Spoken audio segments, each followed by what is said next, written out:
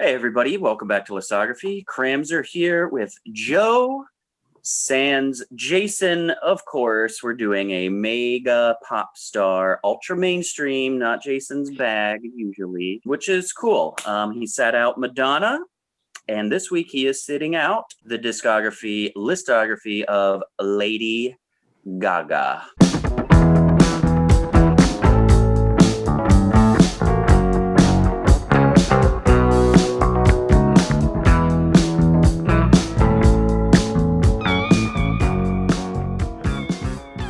So Lady Gaga, monumental in pop music over the last 10, 12, 13 years, what have you, really changed the sound, and even artists like Madonna were intrigued enough to kind of adopt that sort of style and momentum in pop music. You know, she's known for her synth pop, dance pop, big sort of style that she morphed into mainstream pop music.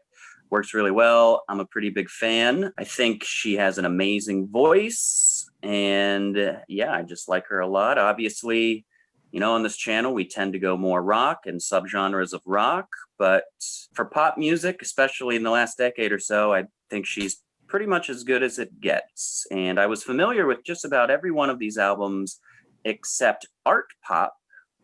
This was my first go around with that, but yeah, I knew her albums and big hits all the way through and always kind of liked it, but I really got into her like a basic bro once Star is Born came out. I had already listened to Joanne at that point, and then as soon as Star is Born, I was like, wow, we're really awesome, very talented. Went back, and that was like 2018 or 2019, listened to all of her albums except Artpop, and was very enthusiastic when Chromatica came out last year, really anticipating it. So yeah, she's been part of my foundation of music listening, especially pop-wise, for several years. I'm a pretty big fan. How about you? It's interesting that you got into her around then. I got to claim to be an OG fan of Lady Gaga. I remember hearing Just Dance, I think it was the year after college for me. Driving around the car, thought it was like a gag or a joke or something because it was just so unlike anything I had heard. And the lyrics where she's like lost her shirts inside out, and it just seemed really foreign and weird to me. And I don't think I liked it at first. And then like I would hear it on the radio and I'd be like, okay, maybe this is kind of interesting. And kind of liked her ever since that. The follow-up Fame Monster, really a big fan of that. So I've liked her for a while from the beginning, 08, 09. And she's just a really intriguing kind of pop star. She kind of brought back like the pop star and totally overturned the sort of like bland, boring pop music that we had been hearing in like the 2008, 2009. There really wasn't much going on back then. So she kind of reinvigorated the whole scene. Not that she was like the first person to use like EDM and house and stuff in her music, but she sort of repopularized that, the like 4 on the floor disco beat, brought that back. I think she's really cool, really like her. She won 2013 for me with Artpop, so obviously I like that. And she was a runner-up in 09 with the Fame Monster, so I'm a fan. Not a difficult discography to get through. So this was good. This was fun. I liked all of the hits. Didn't love them. I like them more now than when they first came out. I wasn't in the most enthusiasm for pop music in like 09, 10, 11, but I did listen to Joanne all the way through around the time when that came out. I was listening to just a lot of pop music just because I was curious. But yeah, I agree. I think she came around right at the right time. I think the 2000s in general are the weakest year for pop music ever. I don't really care for much of the mainstream stuff there. And she came in the later part of the decade and kind of saved it. Before we get into the discography, a couple of quick house notes of these albums. We are not counting the Tony Bennett duet. There is another one on the way or has already come out, depending on when this gets released. And we are going to count the Fame Monster. Not really sure why that's generally not included, at least on paper or online in some of her discography. Like the Wikipedia page doesn't have it listed as a studio album. Very peculiar. I guess technically it's an EP, and she released it with the Fame. So it was like one of those things where like came packaged and then blew up so much that they then re-released it separately. So it's kind of on the borderline of, is it a real release? But it's 34 minutes long, and it has too much songs on there that are important to sort of her discography and everything. So we have decided to count it to fill out the discography, and you gotta count it. Gotta count it. So if anyone takes issue with that, just shut up and just dance. And so yeah, officially we're gonna do the Fame Monster, Born This Way, Artpop, Joanne, and Chromatica. Joe, start us off with your number 6. All right. Well, my number 6 is the most recent release, Chromatica. It came out in 2020. It didn't make my top 100. Not that I think it's bad. And if I was being like logical, it probably would have slotted in, you know, around the 50 mark, the 30 mark, 40 mark of 2020. But it was kind of a disappointment. And so I kind of knocked it down a couple extra pegs. I think the biggest problem with it, and it's kind of hard to talk about like the last release in a discography when you're just getting into it, because I want to reference everything else. But for this, I think the cardinal sin of a pop star is to make a boring record. And this one feels a little boring, feels a little like generic and like of its time. It sort of sounds like it could be like an Ariana Grande or, you know, just any pop star I think could have made this. It's a little more house, a little more like 90s Madonna sounding. Couple decent songs on there. Stupid Love's fun 80s pop. Sounds really close to Madonna. But it's just not that danceable. There's no edge. There doesn't seem to be like any sex in it. It's just sort of, I don't know, just sort of generic pop. And I think that's the biggest problem with it. I give it 3 stars. It's not the worst thing in the world. I just thought it was a little boring, and I expect more from her. I expect like some crazy turn, you know, whatever. So this one is sort of a letdown, and I think that hurt it. It's not a bad album, but yeah, not my favorite. It's gonna slot in at number 6 on my list. I agree 100%. It is my number 6. I've got it at 2.5 stars. I think it's a decent album. I think she seems bored. I don't know if it's a boring album. It's definitely uninteresting. It's like every album of hers is some sort of really just, you know, it's something intriguing about her creativity or what she's going for in the album or her process. This one just kind of blends in with everything else, and it's almost like she's taking a step back. Artpop went a specific direction, and then she started doing the duets, and then Joanne was something completely different, and then Star is Born in that era, and then she kind of just went back. This kind of, I would chunk it in with the same sound as the Fame and Fame Monster, where it's just more straight up, kind of like dance album, but not as dancey, like you said, and not as fun. So it kind of just seems like this could have been like the 3rd album after Fame and Fame Monster, and just like was kind of a flop. So I definitely also like Stupid Love, but nothing else really jumps out at me as a really good track. Nothing's like in the gutter terrible.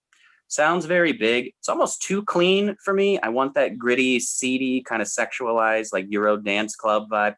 The caveat to that is her voice sounds incredible on this album. If you just like isolated the vocals, you get a really good impression of how talented she is. But overall, yeah, too much just kind of boring 90s Madonna comparisons, kind of uninspired. And yeah, number 6, 2.5. We're in agreement there. Chromatica. Yeah, it was excellent little review. I think lack of edge is probably the biggest sin of that one. Just, I like that kind of venom, mean Gaga that shows up in the first couple albums. My number 5 is going to be Joanne. I like this one. I don't know if I like the direction she went in, sort of stripped down, Americana-ish almost a little bit. Like it's still got like that dance beat behind it, but a little lighter, less of the big Euro synths and disco beat and dance everything. I really like the lead-off track, Diamond Heart.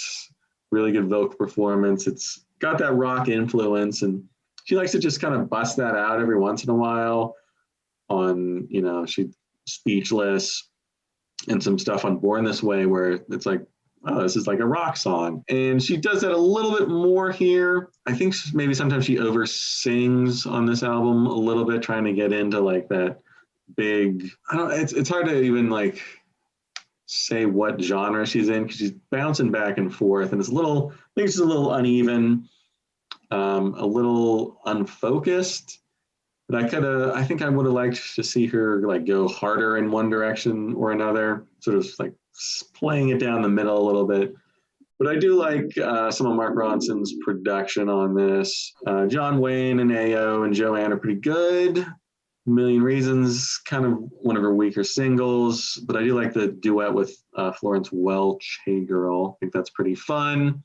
And it's a good album, just not a great album, I think. So I give it 3.5 stars. It's a good listen. I just think it's a little uneven, and it's tough coming after all of like the big giant synthy Euro pop dance albums. This one really kind of changes pace and shows a different side, and I think she can pull it off. She has a great voice. She can probably do anything she wants, but just doesn't quite get there for me. For a completely different opinion of Joanne, stay tuned for the next half hour. My number 5 is going to be Artpop. Again, we were texting privately, and this was the one I hadn't heard, and I already knew it was Joe's pick for 2013, and I'm just like shocked that it was your winner. I got it at 2.5 stars. It's the last one that doesn't make the very good album kind of list for me, but it's definitely more interesting than Chromatica. I just think it kind of misses the mark a lot. It's got like I have it at 2.5 stars right now, but I honestly think the more I listen to it, the more it's going to grow on me, because I think it's really interesting. I think like it's really heavy with like the synth and the electronic stuff, but not in the way like the first few albums are. It's less poppy. There's not those like hooks and the melodies. It's kind of really interesting composition. She's not doing traditional like verse chorus structure. It's kind of weird, but there's a nice like uniformity to all the songs. Just, I don't know. It's too long. First of all, it's my main gripe. And because the albums are a little, or the songs are a little more challenging, it really feels like a dense album. But, you know, there's a little more hip hop on it. The approach is nice and simple and fun. It's just kind of like crazy and just like a little scatterbrain, I think. So I think I might need more time for it. I like GUI a lot. I like the song Artpop, like Swine, like Donatella. But overall, just doesn't have my best stuff. And I also don't like the way it sounds. I think it's like a little bit too loud and heavy and clustered. It's really just like banging you to death in the ears. Yeah, like I said, I think it'll grow, but for now I've got it at number 5, Artpop. Yeah, I didn't, spoiler it, I didn't like it when I first heard it. I remember being kind of disappointed in 2013, but now clearly I feel differently. But we'll get to that later. My number 4 gonna be Born This Way. This is sort of her Madonna meets Bruce Springsteen, kind of like. She's got Clarence Clemens on here doing a sax solo on The Edge of Glory. She's got Brian May doing a guitar solo on You and I, produced by Mutt Lange. She's going for like this big rock feel. And sort of the same reason that Joanne slips a little bit in my mind is this one is just all over the place. It kind of starts off in that same Euro dance, whatever, territory with Mary the Night. You have Born This Way, which too Madonna for me. You know, the lyrics are nice. It's very, very nice, but kind of loses that edge, like right off the bat. Feels a little fan servicey kind of throughout this album. I think she's trying a little too hard to reach for those past glories that she got on The Fame and the Fame Monster. Something like Judas and Hair really feel like sort of just this little step down from The Fame and Fame Monster. She's really trying for that sound again. It's still Red One's producer on some of those, and they're okay. But like Judas just can't compare to like Bad Romance or like those first big hits. So it's a little bit of a letdown there. There's some interesting stuff, like Bad Kids has this big like metal guitar, almost Heavy Metal Lover. Like she towards the end of the album, it kind of shifts into this bigger, like expansive, almost rock album, which I like. I think that's cool, but it just takes a little too long to get there. And it's long. It's 14 tracks, 61 minutes, drags in the middle a little bit. I don't know. feel like she just tries maybe a little too hard sometimes to like get everything in there, like 8, 9 different styles on these 14 tracks. And I like the creativity. I like that she's going for it. I think she sounds great. Her vocals really, I think, get better and better on each album. It's just a little unfocused again, like Joanne. Just a couple kind of cheesier songs that aren't great, like Born This Way. I just never liked Born This Way. It kind of put a bad taste in my mouth right off the bat when I heard it. To Madonna, I think the verse sounds exactly like Waterfalls by TLC, which always throws me. Like, I just want to bust into Don't Go Chasing Waterfalls. So it's cool, but it could use like 4 less tracks and a little more focus, I think. Yeah, I agree 100%. My number 4 is Born This Way. I think it's a good album. I think it, with a little more attention to detail and focus, I think it could have been a really good or great album. So I've got it at 3 stars for good. I'm with you. I don't like Born This Way at all. And I really hate Hair. I feel like Hair is like, I don't know if she's like trying to go for younger audience. Like she wants like that tween, like the 8 to 12-year-old girl range she's going to for there. I don't know what it is, but like, I'm as free as my hair. Some of this seems kind of beneath her, to be honest. And I don't know if she was just, I don't know what the reason was, but for the most part, what I really love about her is she's always seemed smarter than her pop music, whether it's stylistically or, the themes or the lyrics. This album has the worst lyrics of any Lady Gaga album for me. I think a lot of like the self-empowerment message is kind of tacky. And I don't think it's in her true spirit. I'm not saying she's a brat or anything, but I mean, part of her music is just like that seedy kind of mean, darker pop style, which I love. So this whole thing is a big mixed bag. I really like the direction, like you said, that it goes towards the end, but you're kind of out of gas by the time you get there, going through Judas and Americano and Hair, and Scheisse is kind of interesting, but also not really necessary. I feel like I don't like You and I at all, even though it's got, the classic rock heavy hitters behind it. But, and it's too long again. But I do really like Bad Kids. I like Highway Unicorn.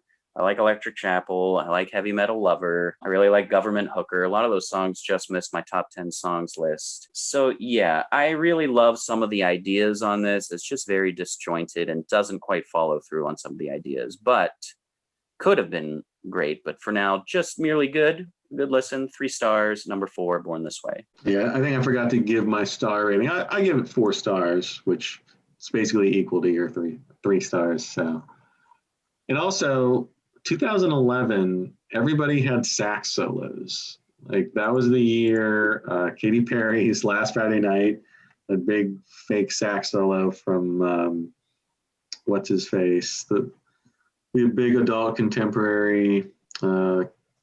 Was it Kenny? It might have been Kenny G. I think Kenny G like faked a sax solo on there in the music video. And then M83's Midnight City had this giant sax solo at the end. Everyone had a sax solo in 2011. Great year.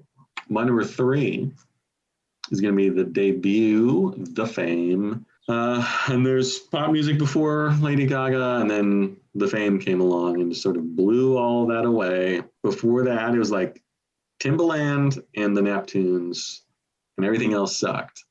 And I like Timbaland and the Neptunes, but by 2008, I think I was pretty tired of that. And then here comes Lady Gaga with something like Just Dance, which, as I mentioned in the intro, kind of thought it was a joke. The lyrics are so weird. Thought it was a joke. She's singing, I love this record, but I can't see straight anymore. What's the name of this club? I can't remember, but it's all right. How'd I turn my shirt inside out? There's like this weird white boy rap from Colby Adonis, which just so bizarre. Like you never hear his name again ever. So I get they must have been friends, or like he just was in the studio or something. And then the bridge where she's saying, I don't even know if she's singing, but it's like coming out backwards almost. Like it's really weird, very like the dark synths throughout. Nothing like you had heard before. And it took a while to grow on me, but it did, and I love it. Love Just Dance. And then, the other stuff, Poker Face, with his like really low, mean-spirited like backing vocals. Like very like weird and like sexual, but like not sexy. Like it's just kind of this whole vibe going on. You know, you got the dark, lush paparazzi, and she was just killing it in 2008. Every single she put out was better than anything else on the radio. Really cool. And then the rest of the album's sort of like a grab bag. The first 4 tracks, just awesome, with Just Dance, Love Game, Paparazzi, and Poker Face. Just killer lead off. For some of these like pop stars where they have like a bunch of producers, you get like these wildly different styles. 5th track, A, Nothing Else I Can Say. It's kind of like this Gwen Stefani, like really bubblegummy pop, which completely doesn't fit the rest of the album. Beautiful Dirty Rich and The Fame and Money Honey are kind of back in that dark, edgy, big Euro pop synth kind of territory. But it kind of, you know, the end of the album just sort of keeps going and keeps going. And there's nothing quite like those first 4 songs. I think Brown Eyes is an interesting stab at like 70s classic rock almost. Like it's sort of where you can see where she's going to go in the future with a bigger rock sound. But overall, kind of like her other albums, it's a little uneven, just trying so many different things that they don't all work. Like, give her credit for trying stuff, and this was her first album, so she, like, nobody knew the first 4 tracks, these singles were going to blow up like they did, and she took that and ran with it on the Fame Monster. But with Here, it's sort of, you know, okay, I'll try 6 different styles and we'll see which one hits, and then we'll do our next album. So it's cool, and you can see that, you know, hasn't quite committed to that sound yet, but the ones that she does commit to with Poker Face and Just Dance are just great. So good album, 4 stars, but she would do better. My number 3 is going to be The Fame Monster. I've got it at 4 stars. My 4 stars mean it's great. Probably in the top 25 for that year. Probably the best pop album of that year. But I'm not looking at my 09 list in front of me, so don't hold me to that. I think the songwriting here is getting flushed out a little bit more. I think Speechless is like a big step of a piece of songwriting for her. I like, you know, this and The Fame in that club dance pop style. I just love, like Blondie, intentionally like superficial and just kind of dirty, and I don't want to say trashy in a derogatory way, but you know what I'm saying? Just kind of seedy, and, you know, I'm just here to, you know, just dance and get borderline messed up and just have the time of my life while I can. And I think it's great. The only song on here I don't really like is Teeth. I don't like the weird kind of accent she does, especially when she says, "Show me your teeth." It's got like that Western club vibe. The Americana Western stuff I will like a lot in a little bit here. But this one I found kind of annoying. All the other 7 songs I think are really just great. Bad Romance is an all-time great pop opener, just with the rah, rah, rahs. Like, she's just so much command in her voice here. It's just awesome. Alejandro is great. Speechless, Dance in the Dark. Telephone is pretty cool. Yeah, I like all of this. I think it's almost the opposite of how we usually would do this, where this one is more focused than The Fame, but I just like want more of a good thing, and Fame has more of it. So that's why I've got it slightly above this. But yeah, I think The Fame Monster is great, and I've got it at number 3, 4 stars. All right. Good. Yes. I love that album. My number 2, however, is going to be Artpop, my 2013 winner, albeit in not a great year for my kind of music, but it's still a 4.5 star album. And it took me a while to warm up to this one because it's so kind of weird. Like, you can really tell that it's like what exactly she wanted. I don't hear a lot of like outside influence on this, starting off with Aura, and so the talk verse, or the talk intro of, you know, I killed my former self and left it in Hollywood, or whatever the hell she's talking about. I have no idea. But I think the album itself is great. You know, it's full of like the big pounding bass, the EDM bass drops, big synths, the unexpected twists and detours. Like you said earlier, not a lot of like verse chorus stuff, especially in the beginning. A lot of like, here's a weird bridge and a C section and B section and D section, and it's really bizarre. And I think that's kind of why I like it so much. It feels like the work of an auteur and not like a big production with 5 different people trying to like get her to go in different directions. It's all Gaga. Reminds me a little bit of Kate Bush's The Dreaming in that way. So it's a little more challenging, not quite as poppy and dancey as the other stuff, but I think it really reveals her personality on something like Venus and Guy and Sex Dreams. There's a little quirky, little humor in there too. And I just like what it's trying to say.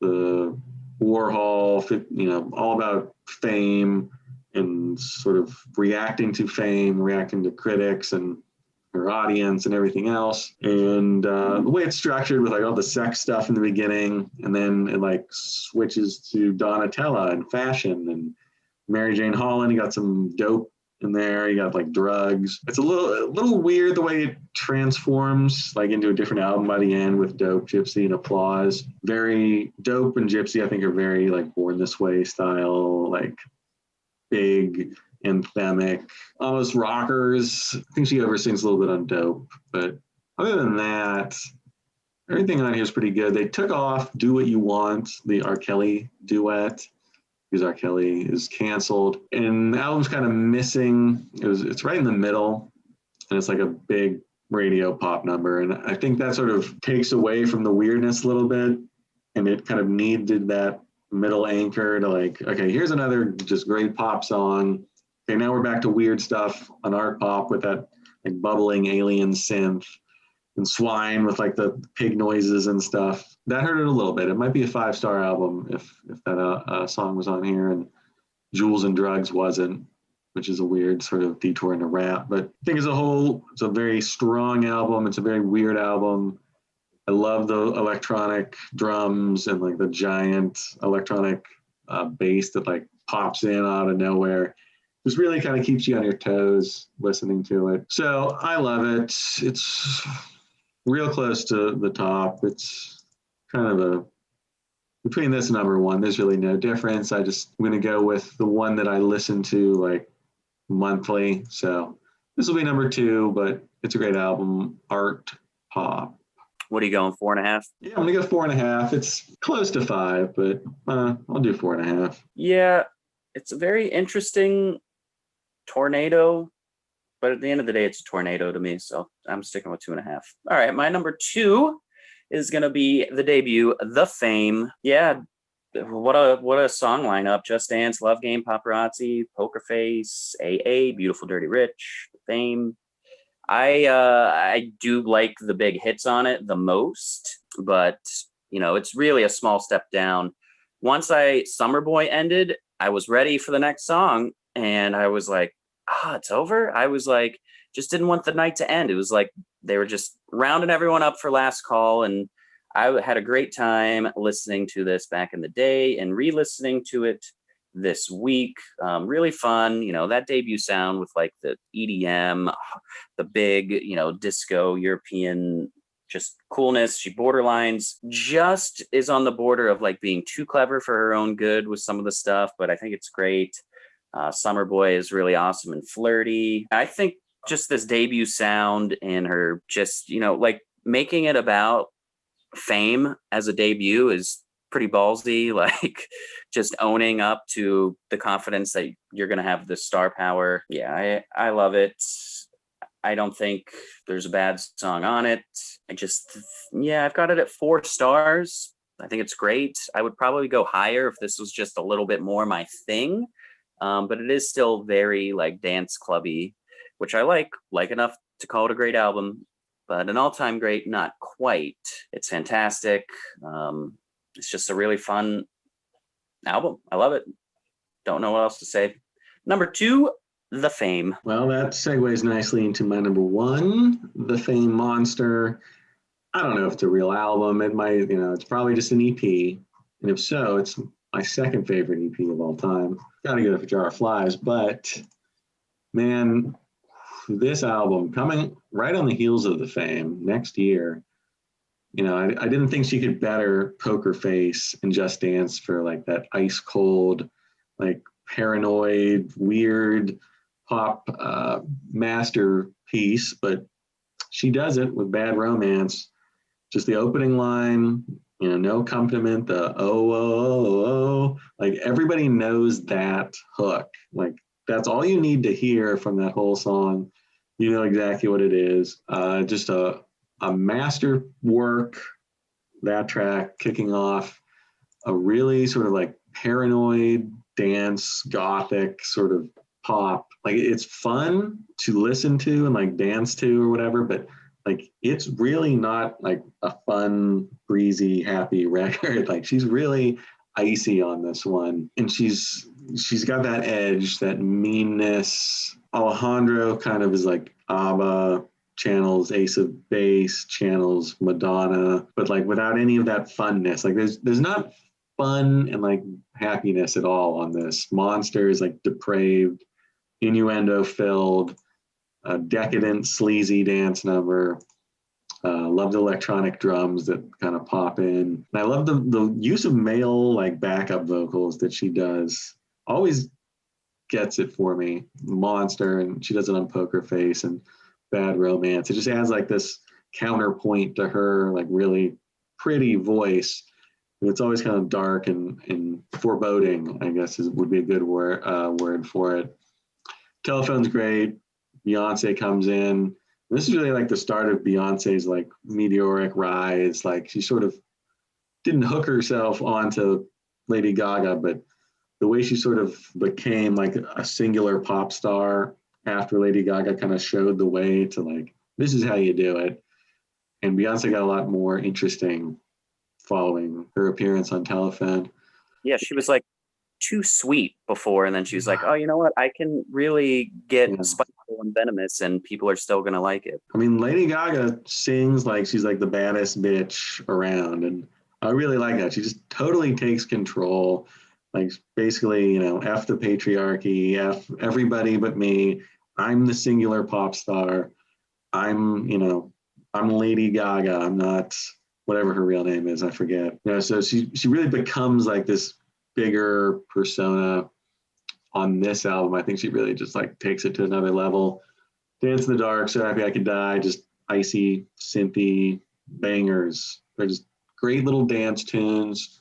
Still have that sort of darkness to them, which I really like. That 4 on the Floor dance beat, disco beat, you just want to pump your fist to it. Love it. It's a 5-star for me, even with its short length. I think it's just awesome. I listen to it all the time. Oh, and Speechless, just, you know, for people who don't think that she's like a real musician, she busts out something like that. Real Freddie Mercury vibes, great piano, shows that she can really do it all. I remember seeing, I think she performed it on one of the MTV Music Awards and just totally nailed it. Like as soon as I saw that, I was like, okay, she's more than a production, you know, she's a really good musician. So after that, I really sort of took my respect to another level, and I've always loved the Fame Monster, just a classic monster album. Yeah, she's a fantastic musician. She's got an incredible voice. I also love how she approaches pop stardom with being visible enough, but always remaining kind of mysterious. The only thing she's ever done publicly that I didn't agree with was the Super Bowl halftime show. Not the show itself, but when she jumped off the top of the stadium. That was the corniest thing I've ever seen. That's the only thing, the only little chink in her image armor for me. My number 1 is going to be Joanne. I loved this the first time I heard it, but never really went back to it. This is the first time I've re-listened to it in 4 or 5 years or whatever, 6 years, whatever. And I really wanted to give it 5 stars here, but I'm going to settle on 4.5. Couple small things that just keep it from getting there, but I do think it's one of the best pop albums of the last 10 years. For sure, one of the things that does, I think, Joe, you said she oversins in this album a little bit, and I think it's necessary because it really flushed out some different emotions on this album that aren't really anywhere else. But at the end of the day, some of it is just too much when you're just listening to it, especially like on Perfect Illusion and Million Reasons. just needed to rein it in. I think it was, like I said, good to flush it out. But yeah, I love this album because it's unlike any of the other things. I believe it's a tribute, or at least inspired by the death of her aunt, I believe. And this one has a lot more rustic and old-fashioned soft rock country sounds to it, but for the most part it's still engraved in her style of pop music, and even like this weird like dance foundation to it, especially on some tracks. But it makes like a really unique listening experience. Not another album really sounds like this. It's a little bit of everything. It's a really nice melting pot, reduction down into this sound on Joanne.